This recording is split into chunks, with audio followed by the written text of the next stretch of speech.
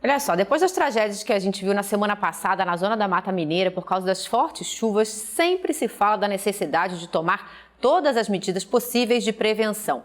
Em Itajubá, no sul de Minas Gerais, um equipamento capaz de emitir alerta minuto a minuto se tornou um aliado contra os riscos de inundações, enchentes e também deslizamentos de encostas.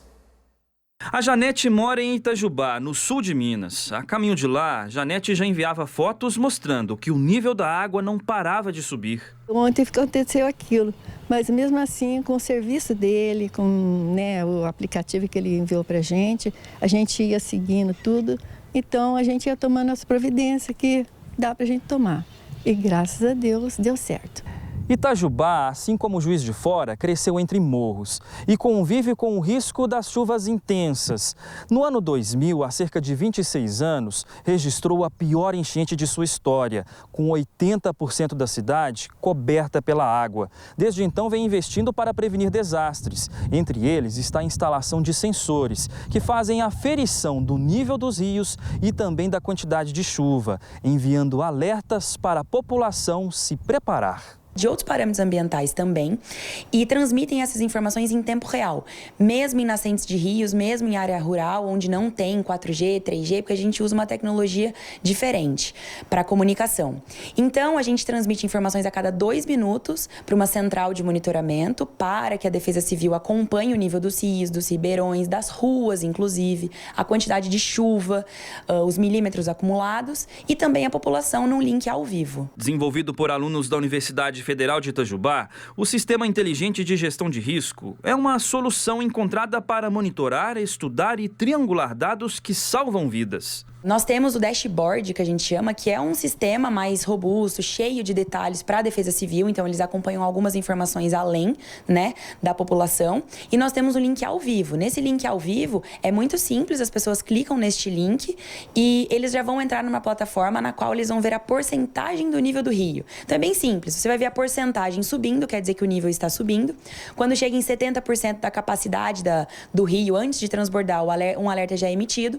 Quando chega em 100%, quer dizer que o rio ou a rua está ou transbordando ou alagando, emite-se mais um alerta, então naquele início de transbordamento, onde você tem que sair daquele local, tirar as suas coisas, E também você acompanha um acumulado de chuva. Tudo isso num link, ao vivo.alertaitajubá.com.br, você acessa. A 25 metros da casa da Janete está instalado o sistema. Às 3 da tarde, enquanto conversávamos por mensagem, chegava um alerta de que o nível da água estava na altura da rua. Traz mais segurança para continuar morando aqui nesse lugar?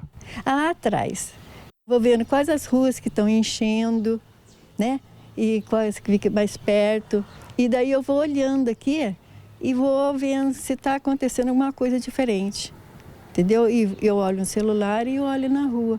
Então, dá pra gente saber o que vai fazer. Em situações no qual tem uma chuva muito forte, ou que popularmente o pessoal chama de cabeça d'água, em pontos mais altos dos rios e dos ribeirões, você tem antecedências, por exemplo, no Rio Sapucaí, de 6 a 8 horas para se preparar. Em ribeirões mais estreitos, menores, nós temos 1h30 para se preparar. Então, eventos de transbordamento que podem causar subidas muito grandes de nível, a gente tem esse horário. Outro ponto importante é que essa tecnologia permite que a aferição possa ser feita à distância. Aqui neste ponto ainda é possível observar a régua que é feita a aferição manual, ou seja, a pessoa precisa vir aqui e verificar o quanto o rio está subindo, fazendo esse monitoramento. Com a tecnologia aplicada aqui em Itajubá, é possível avaliar esses dados de forma remota e trazendo precisão, organizando as autoridades da cidade para que possam emitir comunicados e avisos de possível inundação. Essas informações por si só dão uma ideia do que o cidadão pode fazer por si mesmo. Então, se ele mora próximo a um ponto daqueles de monitoramento de volume de águas, ele já pode mesmo se planejar e através da observação do site, do apoio na tecnologia, ele se colocar em área segura. Dos 853 municípios de Minas, 300 são suscetíveis a deslizamentos, enxurradas e inundações. De acordo com o Centro Nacional de Monitoramento e Alerta de Desastres Naturais, 1,5 milhão de pessoas vivem nesses locais. Doutora em meteorologia explica que os modelos atuais são falhos e que a solução para os estados com cidades em áreas de risco seria a instalação de radares meteorológicos em solo. Os modelos da atmosfera numéricos, nós conseguimos fazer previsões para 5, 7 dias com antecedência.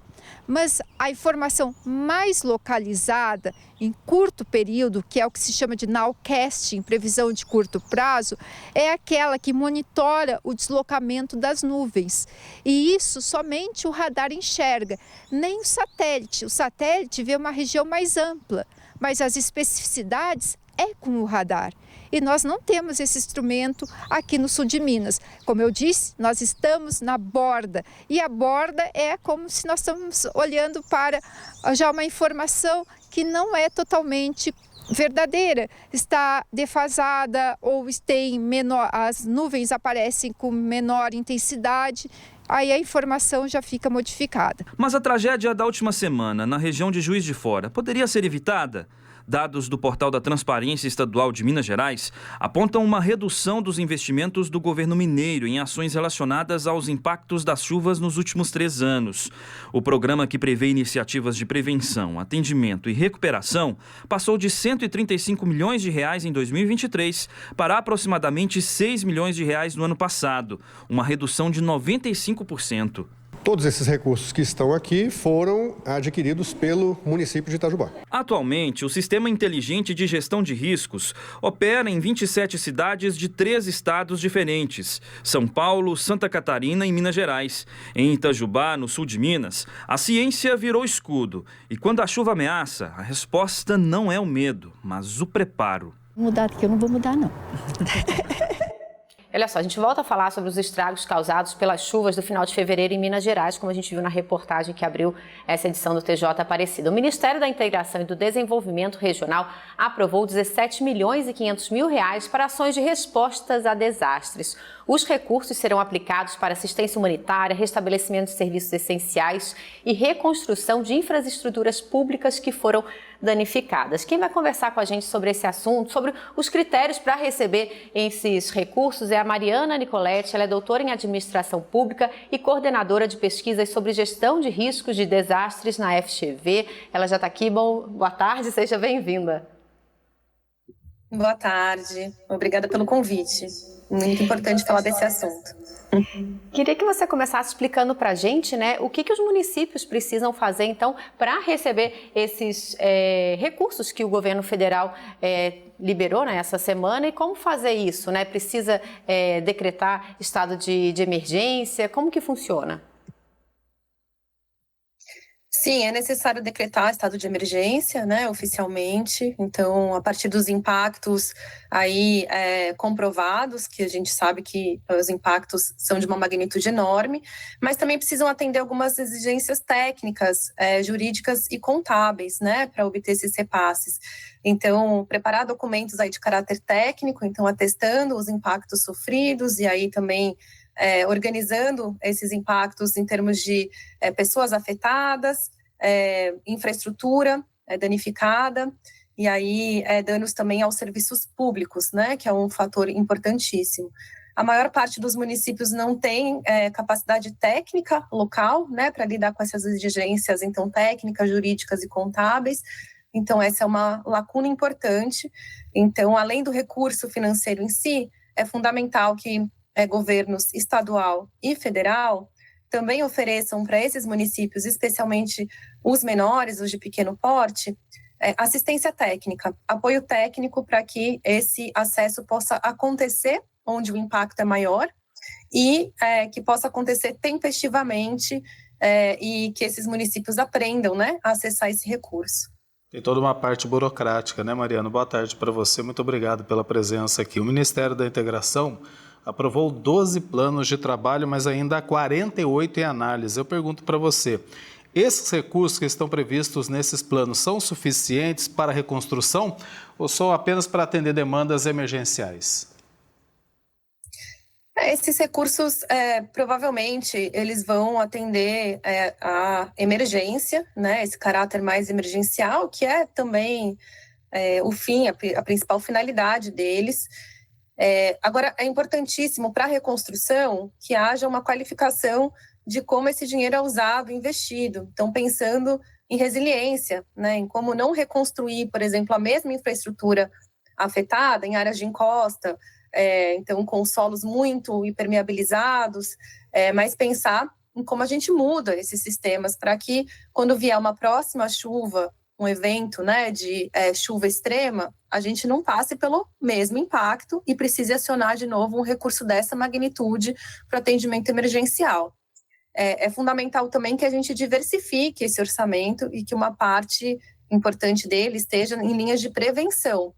Então, uma grande parte aí dos dados publicados em manchetes nos últimos dias, na última semana, trazem